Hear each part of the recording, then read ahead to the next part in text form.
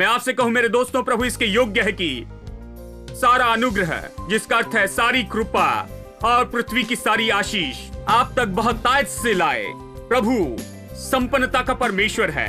प्रभु चाहता है कि ये आपके पास आए सारी बहुतायत में।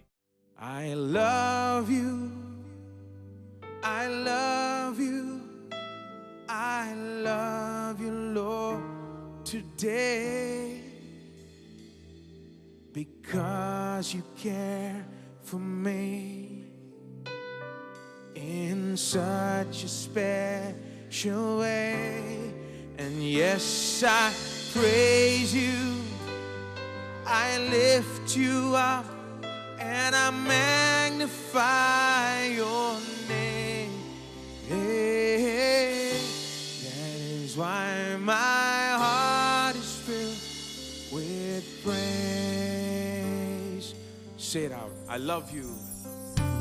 I love you. I love you. I love you, Lord, today, because you cared for me in such a special way. And yes, I praise you, I lift you up, and I magnify your name. That is why my heart is filled with praise. My heart,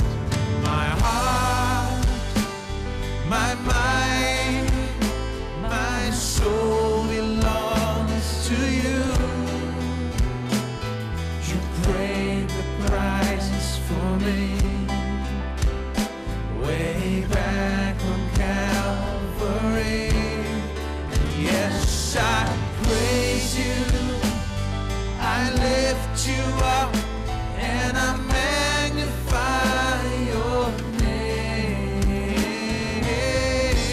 That is why my heart is filled with praise. My heart and my mind. My heart, my mind, my soul belongs to you. You paid the prices for me way back on Calvary. And yes, I praise you, I lift you up, and I magnify your name. That's why my heart is filled. Just one more time. My heart. Oh, my heart, my mind, my soul belongs to you. You paid the prices for me way back on Calvary. Yes, I praise you, I lift you up, and I magnify your name. That's why my heart is filled with praise.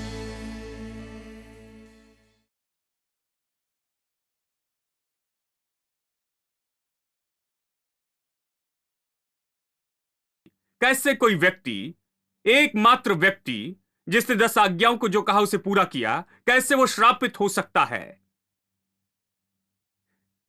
यदि केवल वही व्यक्ति था जिसने आज्ञाएं पूरी की थी, तो वो व्यक्ति कैसे श्रापित हो सकता है? मैं समझ सकता हूं कि बाकी सब श्रापित हुए हैं, लेकिन यहां तो एकमात्र व्यक्ति है जो परमेश्वर की व्यवस्था के अनुसार योग्य था। केवल उसी ने आज्ञाएं पूरी की, और बाइबल कहती वो सारी आशीषें उस पर आकर छा जाएगी। ये आशीष जो व्यवस्था विवरण 28:1-14 में लिखी है। मैं आपसे कहता हूं, जब यीशु इस पृथ्वी पर चलता था, व्यवस्था विवरण 28:1-14 की आशीष उस पर छा रही थी। जहां भी वो जाता था, वो जहां भी गया वो आशीष थी। दुष्ट आत्माएं भाग गई, लोग चंगे हुए, लोग आशीष पाए। एक स्त्री तो पुकार उठी, चकित करने वाली उसकी शिक्षा को सुनकर। ऐसी शिक्षा जिसने महान आशीष लाई। ये धार्मिक शिक्षा जैसे नहीं थी। वो इतनी आभारी हुई उस व्यक्ति की जो प्रभु वचन सिखा रहा था। उसने कहा, धन्य है वो कोख जिसने तुझे धारण किया और वो स्तन जिसने तुझे दूध पिलाया है। वो इतनी रोमांचित हुई। वो उसकी मां को आशीष दे रही थी और कोक को, और ये सब क्योंकि उसने ऐसे व्यक्ति को नहीं देखा था।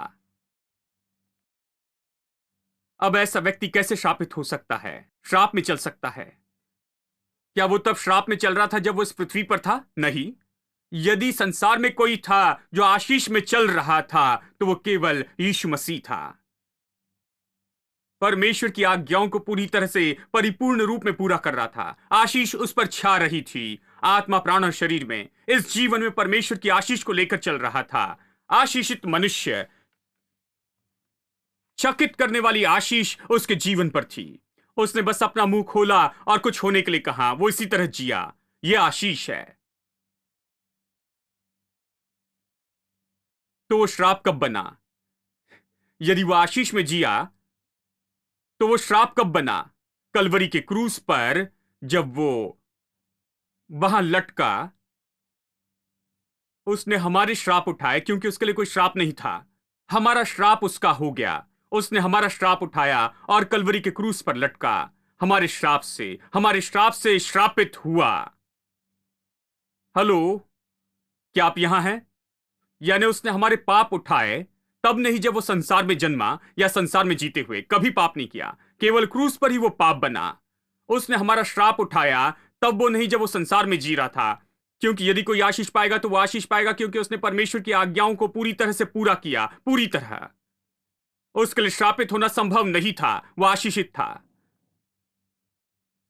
केवल क्रूस पर वो श्रापित बना।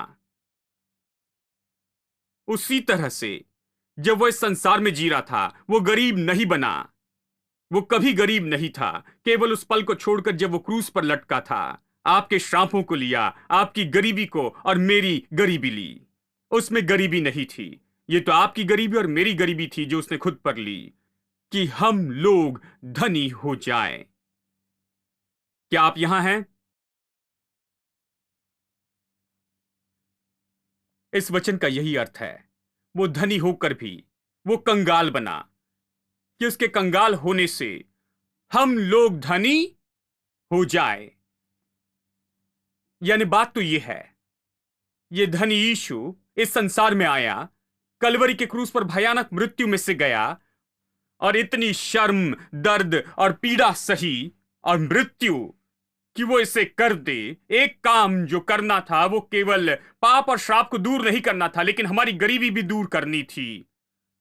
वो धनी होकर भी कंगाल बना कि उसके कंगाल होने से हम लोग धनी हो जाएं। यदि वो कंगाल बनाया गया तो हम लोग धनी बनाए गए हैं। तो मैं आपसे कुछ कहता हूं। मैं गरीब रहना नहीं चाहता, क्योंकि इससे कोई उद्देश्य पूरा नहीं होता कि मैं गरीब रहूं और वो भी गरीब रहे। यह बिना अर्थ का है। क्रूस पर सारी घटना बेकार होती है। तो यह बेकार घटना हुई, उसकी मृत्यु बेकार हुई, उसका दर्द बेकार हुआ, उसका दुख उठाना बेकार हुआ, प्रभु की पुनरुत्थान की सामर्थ बेकार हुई, परमेश्वर ने जो भी किया वो सब बेकार हुआ। इसलिए मैं आपसे कहता हूं, अब इसे सुनिए और पकड़ ले मेरे दोस्तों। इसलिए मैं आपसे कहता हूं, हर नया जन्म पाए विश्वासी के लिए यह आपका जन्म का अधिकार है कि धनी हो जाए।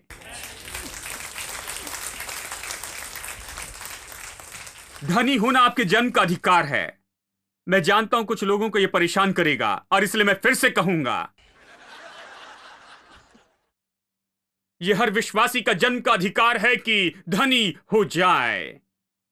वो जन्मा है जब आपने नया जन्म पाया है। आपने नया जन्म पाया है क्योंकि यीशु ने आपके श्राप और दर्द को लिया। उसने श्राप को लिया और पाप को लिया और आपकी बीमारी को और कलवरी के क्रूस पर आपकी गरीबी को लिया। इसलिए आपने नया जन्म पाया। जब आप नया जन्म पाते, नए बनाए जाते, आप जन्म लेते हैं प्रभु ने दिए अधिकार से कि धनी हो जाए, क्योंकि वो कंगाल बना कि आप धनी हो जाए, वो पाप बना कि आप धर्मी हो जाए, वो श्राप बना कि आप आशीष प्राप्त करें।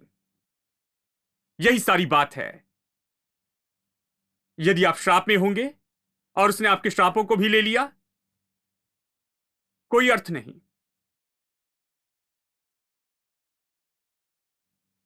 इसलिए मैं लोगों से कहता हूं, एक भाई मेरे पास आकर कहा, भाई हम पर श्राप है, हमें श्राप तोड़ना है, तो मैं श्राप तोड़ने की सभा में जाऊंगा।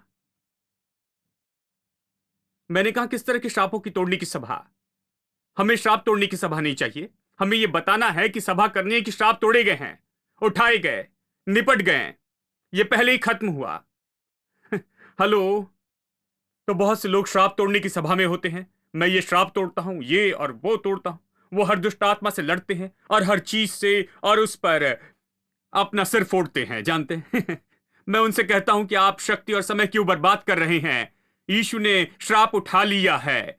केवल अपना मुंह खोले और घोषित करे कि वो आशीषित हैं। वचन उन्हें आजाद करेगा। आप घोषित करें कि वो आशीषित हैं। आप शैतान को निकलने की आज्ञा दे। आप उन्हें निकलने की आज्ञा दे यीशु के नाम में, क्योंकि यीशु ने उन्हें आजाद किया है। जिन्हें पुत्र आजाद करता है वो सच में आजाद है। यीशु ने यही किया। उसने जाकर नहीं कहा चलो श्राप तोड़ने की सभा करते हैं, जानते हैं।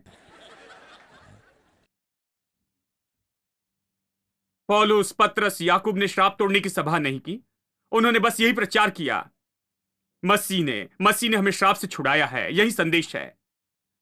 कोई श्राप तोड़ने के सेशन नहीं थे। गड़बड़ी में ना आए, इन बातों में जाकर इन सारी बातों की गड़बड़ी में ना आए, जानते हैं। हमें बताना है कि श्राप तोड़े गए हैं। आपको विश्वास करना है, आपको इसमें चलना है। यदि आप ये विश्वास करें कि श्रापित तो प्रभु मदद नहीं कर पाएगा। आपको इसे विश्वास से लेना है। प्रभु इसे यीशु मसीह के द्वारा कर लिया है। उसने खत्म कर लिया है, आपसे दूर कर दिया है। बस इसका अंगीकार करें और इसमें चलते जाएं। इसे गाए, इसे कहे, विश्वास करें, इसमें जिए और आप आजाद होंगे। आमीन। क्या आप यहां हैं?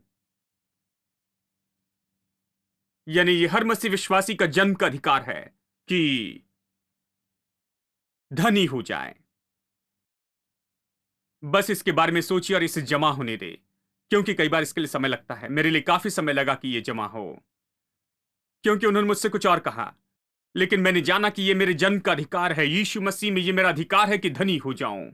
मैं कंगाल नहीं हो सकता, गरीब नहीं रह सकता। गरीबी से नफरत करता हूं, मुझे नहीं चाहिए, क्योंकि परमेश्वर ने इससे कितनी नफरत की होगी कि यीशु को क्रूस पर लटकाए और भयानक मौत मारे और गरीबी का श्राप उस पर रख दिया कि उसे गरीब बनाए मेरे लिए। तो परमेश्वर ने इससे कितनी नफरत की होगी। तो प्रभु ने जिससे इतनी नफरत की उसे मैं क्यों गले लगाऊं? परमेश्वर ने हमारे लिए धन संपत्ति की इतनी इच्छा रखी होगी, मुझे वो लेना चाहिए जो प्रभु लेता है। मुझे उसका इनकार करना चाहिए जिसका प्रभु ने इनकार किया है। मैं प्रभु से ज्यादा बुद्धिमान नहीं हूं। मैंने इसे केवल प्रभु से सीखा है कि प्रभु गरीबी से नफरत करता है तो मैं भी गरीबी से नफरत करता हूं। प्रभु धन से प्रेम करता है तो मैं भी इससे प्रेम करता हूं, क्योंकि यह प्रभु से है। मैं चाहता हूं कि सब धनी हो जाए। प्रभु चाहता है कि हर कोई धनी हो। आमीन। ये इसी तरह है। ठीक है। देखिए, जीवन के सामान्य सिद्धांत हमें बताते हैं कि सब कुछ बढ़ना चाहिए और बढ़ता जाए और सब बहुतायत में ले जाए। आप भूमि में बीज बोते हैं, वो बढ़कर पेड़ हो जाता है। ये बहुतायत के फल लाता है, यानी बढ़ोतरी है, बढ़ना है और बहुतायत है, बनाई गई है भीतर में। प्रभु ने उनमें बनाया है बढ़ने का सिद्धांत, बढ़ोतरी, बहुतायत। वो फलवंत होंगे, उनके सारे वरदान, योग्यता, क्षमता बाहर आएगी। प्रभु ने उनमें ये सब कुछ रखा है। ये सब बाहर आएगा, वो बढ़ेंगे। यदि बच्चे का जन्म होता है और 20 साल बाद वैसे ही रहे तो कोई माता पिता उस बच्चे के लिए आनंदित नहीं होंगे। ये देखना तो दुख की बात होगी। और बहुत से विश्वासी इसे नहीं समझते हैं। एक बार एक भाई ने मुझसे कहा, भाई आप कहीं गए और सब कुछ सीखे और वापस आए और आप पूरी तरह बदल गए। लेकिन मेरे लिए 40 साल पहले मैं प्रभु के पास आया और मैंने बपतिस्मा लिया और पवित्र आत्मा से भर गया और पिछले 40 साल से मैं वैसे ही रहा। भाई, मैंने कहा आपके लिए माफ करना, मुझे बहुत दुख है, मुझे आपके लिए रोना चाहिए यदि आप वैसे ही रहते तो, क्योंकि आप जीवन के सिद्धांत के विरुद्ध में कह रहे हैं। सब कुछ बढ़ना चाहिए, सब कुछ बढ़ना चाहिए, सब कुछ बहुतायत लाना चाहिए। ये प्रभु ने बनाया सिद्धांत है। कुत्ते और बिल्ली भी इसी तरह बढ़ते हैं, वो इसी तरह बढ़ते जाते हैं। बैल भी और सूअर भी, मनुष्य भी, छोटी सी चींटी और कीड़े और सब कुछ। ये प्रभु का सिद्धांत है कि वो बहुगुणित हो जाए और बढ़ते जाएं। और जब कोई इसके विरुद्ध में कहता है, जानते हैं, जब ये भौतिक चीजों की बात होती है, जानते हैं, लोग कहते हैं मुझे ये नहीं चाहिए, वो नहीं चाहिए। जानते हैं, जब आप ऐसे कहते हैं तो मैं आपको बताऊं, आप प्रभु के जीवन के सिद्धांत के विरुद्ध में कह रहे हैं। और केवल वही व्यक्ति इसके विरुद्ध में कहता है जिसके मन में कुछ गलत चल रहा है। गरीबी सामान्य रूप में दिमागी बीमारी है। हेलो,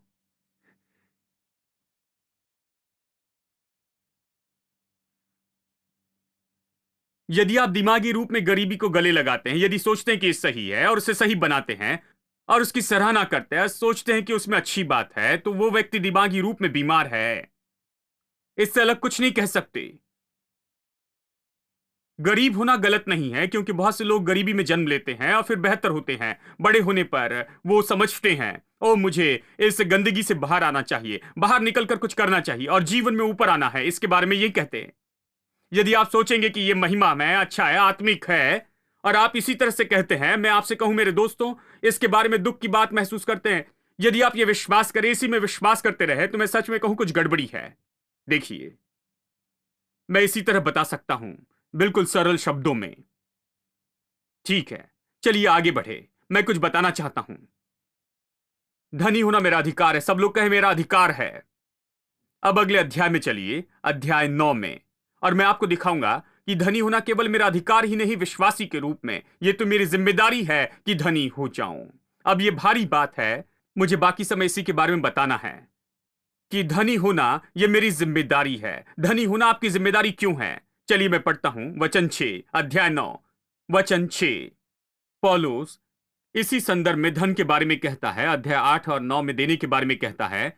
वो कहता है, परंतु बात तो यह है, जो थोड़ा बोता है वो थोड़ा काटेगा भी, और जो बहुत बोता है वो बहुत काटेगा। बहुत आयत से ये किसानी के बारे में नहीं कह रहा है, वो कह रहा है धन।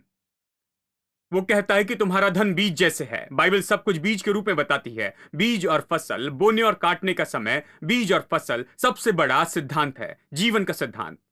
जब तक पृथ्वी है, बोना और काटना होगा, प्रभु ने कहा। उसी के आधार पर सब कुछ चल रहा है, इसलिए सब कुछ बीज है। सब कुछ बीज के सिद्धांत पर काम करता है। उदाहरण के लिए बाइबल कहती है मरकुस अध्याय 4 में, हमारे शब्द बीज है, बोने वाला बीज बोने निकला। ये कहता उसने वचन बोए, यानी शब्द बीज हो सकते हैं, ये बड़ी फसल ला सकते हैं। ठीक है, शब्द बीज हो सकते हैं। प्रेम बीज है, आप प्रेम बोएंगे तो प्रेम पाएंगे। नफरत बीज है, आप नफरत दिखाएंगे तो नफरत ही पाएंगे। यानी लोग इसे नहीं समझ सकते। एक भाई ने मुझसे कहा, शब्द कैसे बीज हो सकते हैं? मैंने कहा इसे बोकर देखिए, फिर पता चलेगा। गलातियों अध्याय 6 कहता है कि धोखा न खाओ, परमेश्वर ठट्टा में नहीं उड़ाया जाता, मनुष्य जो बोता है वही काटेगा। जानते इसका क्या अर्थ है? वो कहता है सावधान रहना। यदि किसी को मूर्ख कहोगे तो तुम्हारे पास ही वापस आएगा, अच्छा नाप दबा दबा कर, हिला हिला कर, उमड़ता हुआ इन दिनों में। यदि आप सड़क पर जाकर इसे कहे तो कुछ ही पल में वापस आएगा। वहां फसल जल्दी है, नाक से खून आएगा कुछ ही मिनटों में। बस यही जानते हैं, हर क्रिया की प्रतिक्रिया है। प्रभु ने इस तरह से रखा है। बोना और काटना जीवन का महान सिद्धांत है। देखिए, ये पैसों में भी काम करता है, और बहुत से लोग जानते हैं, उन्हें ये पसंद नहीं। वो जानते हैं, इस तरह के लोग जब भी देने के बारे में कहते हैं, बोने और काटने के बारे में, मैं इनके बारे में नहीं कहता। मेरे अंदर इस तरह की सोचने की क्षमता भी नहीं है। ये मनुष्य ने यहां प्रभु के प्रकाशन से सिखा रहा है। मैं वही बता रहा हूं जो मैंने इसे समझा है। वो कहता है, यदि कम बोओगे तो कम काटोगे, यदि ज्यादा बोओगे तो ज्यादा काटोगे। मतलब वो यहां पर प्रोत्साहित कर रहा है कि ज्यादा बोए और ज्यादा पाए। वो क्यों चाहता है कि चर्च के लोग बहुतायत से कटनी करें? वो क्यों चाहता है कि वो धनी हो जाएं? वो पैसों के बारे में कह रहा है। वो चाहता है कि ज्यादा पैसा पाए। वो क्यों चाहता है कि ये ज्यादा पैसा पाए? कुछ लोग कहते हैं, देखिए भाई पौलुस, मैं सोचता हूं कि वो अच्छा आत्मिक मनुष्य है लेकिन वो अब कह रहा है कि कैसे ज्यादा पैसा पाए जी, वो कह रहा है कि कैसे ज्यादा पैसा कमाए। लेकिन वो कारण देता है। अब इसे सुनिए। वचन 7, हर एक जन जैसा मन में ठाने वैसे ही दान करे, न कुड़कुड़ के न दबाव से, क्योंकि परमेश्वर हर्ष से देने वाले से प्रेम रखता है। वो उन्हें देने के लिए उत्साहित करना चाहता है कि ज्यादा दे कि वो ज्यादा पाए। उन्हें ज्यादा क्यों देना चाहिए? वचन 8, परमेश्वर सब प्रकार का अनुग्रह तुम्हें बहुतायत से दे सकता है, जिससे हर बात में और हर समय सब कुछ जो तुम्हें आवश्यक हो तुम्हारे पास रहे। पूरी तरह से धन के बारे में कहता है। अब मैं एम्पलीफाइड वर्जन से पढ़ूंगा। मैंने इसे कहने लगाया क्योंकि हर भाग को हम देखेंगे, इस वचन के छोटे भाग को हम इसे देखेंगे और मैं आपको दिखाऊंगा, क्योंकि ये एम्पलीफाइड बाइबल में बहुत ही अद्भुत है। एम्पलीफाइड बाइबल बढ़ाकर बताती है। अब जैसे चाहे वैसे इसे नहीं बढ़ा सकते हैं। वो इसे सब कुछ सबूत के साथ बढ़ाती हैं। वो वचन के अध्ययन से होकर गए हैं और उन्होंने ये पाया है कि कुछ मुख्य अनुवाद ने इसका पूरा अर्थ नहीं दिया है। अनुवाद इसका सच्चा अर्थ और पूरा अर्थ नहीं बता पाए कि ग्रीक भाषा में क्या कहता है। तो ये लोग गए वहां पर लेक्सिकॉन में और इस तरह की बातों में और इन बातों को परखा और उन अर्थ को लाने की कोशिश की और उन्हें ब्रैकेट में रखने की कोशिश की कि इसे बढ़ाकर बताया। एम्पलीफाइड बाइबल इसी के बारे में है। यदि एम्पलीफाइड बाइबल नहीं है तो इसे ले ले, क्योंकि बहुत ही मददगार है। बाइबल का अध्ययन करने का सरल तरीका, सामान्य व्यक्ति के लिए एम्पलीफाइड बाइबल, इसे जल्दी से समझने में मदद होगी। ठीक है। परमेश्वर योग्य है कि सारा अनुग्रह दे, फिर ब्रैकेट है। ये कहने के बाद परमेश्वर सारा अनुग्रह देने योग्य है, तुम्हारे लिए देने योग्य है। ठीक है, ये इसी तरह कहता है। लेकिन फिर वो ब्रैकेट रखकर लिखता है हर कृपा, सारा अनुग्रह। वो यूं कहता है सारी कृपा और पृथ्वी की आशीष, सारा अनुग्रह। एम्पलीफाइड बाइबल कहती है यही इसका अर्थ है। हर कृपा, सारा अनुग्रह यानी हर कृपा, हर चीज, प्रभु की हर कृपा और पृथ्वी की हर आशीष। अब जिन लोगों ने यह अनुवाद किया उन्होंने जाना कि जब पृथ्वी की आशीष कहते कुछ लोग लड़ेंगे। ठीक है, तो यही इसी तरह है। जैसे पृथ्वी की आशीष के बारे में कहे तो लोग लड़ने पर आते। यदि वो नहीं लड़े तो सोचते हैं कि आत्मिक नहीं है। देखिए, यानी उन्होंने ये जाना तो उन्होंने पृथ्वी की आशीष के बाजू में मार्क लगाया और वो हमें बताना चाहते हैं कि उन्हें ये कहां से मिला। उन्होंने यहां मार्क रखा और मेरी बाइबल उसके नीचे वो कहती है Joseph there Greek English lexicon. ये विख्यात ग्रीक इंग्लिश लेक्सिकॉन है थियोलॉजी विद्यार्थी में। यहां कोई ग्रीक नहीं समझता कि यहां पर लाखों से पढ़ने की जरूरत नहीं है। काश हम कर पाते। जानते हैं थियोलॉजिकल क्लास में शायद हम करें, लेकिन ये भाई इसमें गए और ग्रीक इंग्लिश लेक्सिकॉन में देखा और उसके आधार पर वो कहते हैं मैं इसे यहां पर रखता हूं, इसमें रखता हूं। ये ब्रैकेट के अंदर की चीज इसीलिए रखी है, इसलिए नहीं कि उन्हें पसंद है। कुछ लोग सोचते हैं कि एम्पलीफाइड बाइबल यही है। लोग जिस तरह अनुवाद करना चाहते हैं वो करते हैं। नहीं, ग्रीक इंग्लिश लेक्सिकॉन के आधार पर वो सारा अनुग्रह का अर्थ बताते हैं कि वो कहते हैं ब्रैकेट में हर कृपा और पृथ्वी की आशीष, क्योंकि यहां सारे अनुग्रह का यही अर्थ होता है। क्योंकि ग्रीक इंग्लिश लेक्सिकॉन में इसे रखा है, इसका अर्थ बताता है। ये इसका अर्थ बताता है इसके संदर्भ के आधार पर भी। वचन का अर्थ उसके संदर्भ में भी समझना चाहिए। संदर्भ तो पृथ्वी की आशीष है, संदर्भ तो पैसा है। ये इसी के बारे में कहता है, इसलिए पृथ्वी की आशीष का यही अर्थ होता है, यानी हर कृपा और पृथ्वी की आशीष। यानी वो कहता है कि परमेश्वर योग्य है कि सारी पृथ्वी की आशीष, सच में पृथ्वी की आशीष तुम्हारे पास बहुतायत से आए। आपको ये कैसा लगेगा? आप विश्वास करते हैं प्रभु ये करने योग्य है? मैं आपसे कहूं मेरे दोस्तों, प्रभु इसके योग्य है कि सारा अनुग्रह, जिसका अर्थ है सारी कृपा और पृथ्वी की सारी आशीष, आप तक बहुतायत से लाए। प्रभु संपन्नता का परमेश्वर है। प्रभु चाहता है कि ये आपके पास आए सारी बहुतायत में। ये आता है, ये ऐसे नहीं देना चाहता है। मैं इससे दूर नहीं जा सकता, क्योंकि जानते हैं मैं इन लोगों के बीच में बढ़ा, जानते हैं। और वो कहते हैं प्रभु आपकी जरूरत पूरी करेगा, लेकिन वो हमेशा थोड़ा सा कम रखेगा। जानते हैं, यदि 10 रुपए चाहिए तो 5 रुपए देगा, कि आप उसे कभी ना भूलें। लेकिन प्रभु सटीक है। बाद में मैंने बाइबल में पढ़ा और ये कहती है, प्रभु ने कहा जब तुम वहां जाओ और ऐसे घर में रहो जो बड़े बड़े हैं, और ऐसे घर में रहो जो तुमने नहीं बनाए, कुएं जो तुमने नहीं खोदे, और उस पेड़ से खाओ जो तुमने नहीं लगाए, तो प्रभु को न भूलना। उसने थोड़ा देकर नहीं कहा प्रभु को नहीं भूलना, उसने ज्यादा दिया और कहा प्रभु को नहीं भूलना। और ये कितना उल्टा है। मैं खुद इसे पढ़ना पसंद करता हूं।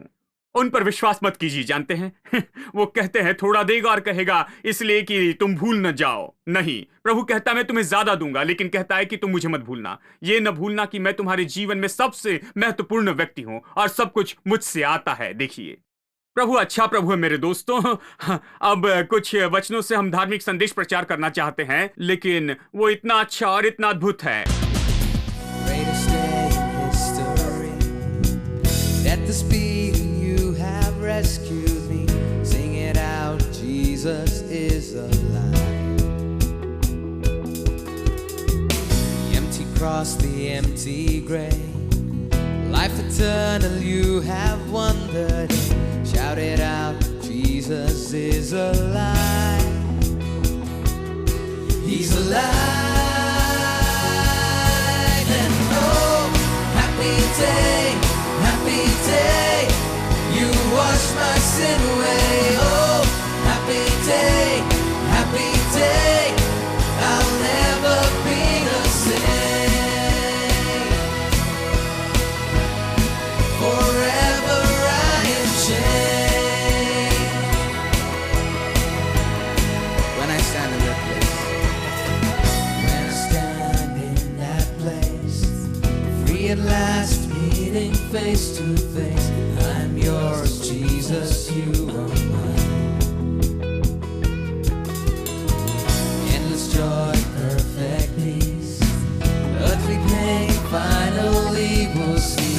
Celebrate, Jesus is alive. He's alive.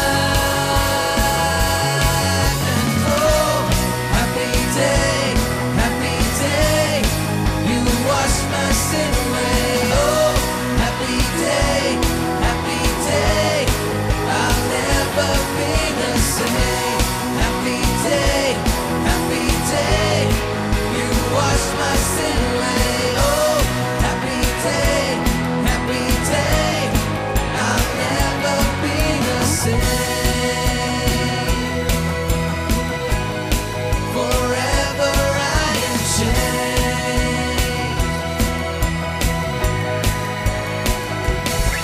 And oh, what a glorious day, what a glorious way